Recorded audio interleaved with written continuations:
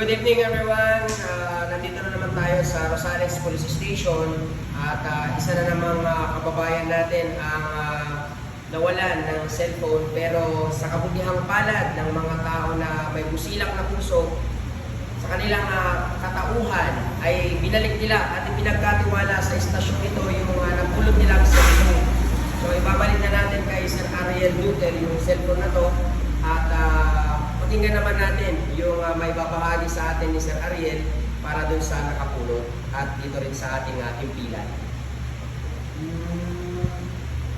Sir, masasabi ko lang naman po, salamat na lang din po sa nagbigay ng mabuting loob sa nakapulot. Hindi ko rin naman po sa akalain na kung saan po nawala yung cellphone ko. Sir, napakalaki. Pasalamat po sa inyo kasi responsible po kayo sa mga katatawag lang po ng hipag ko sumagot police station po agad yung nag-response po ng tawag namin ng hipag ko. So yun po, dito po sa bayan ng Rosales ay maraming salamat po sa tiwala nyo sa Rosales PNP. Thank you. Salamat po.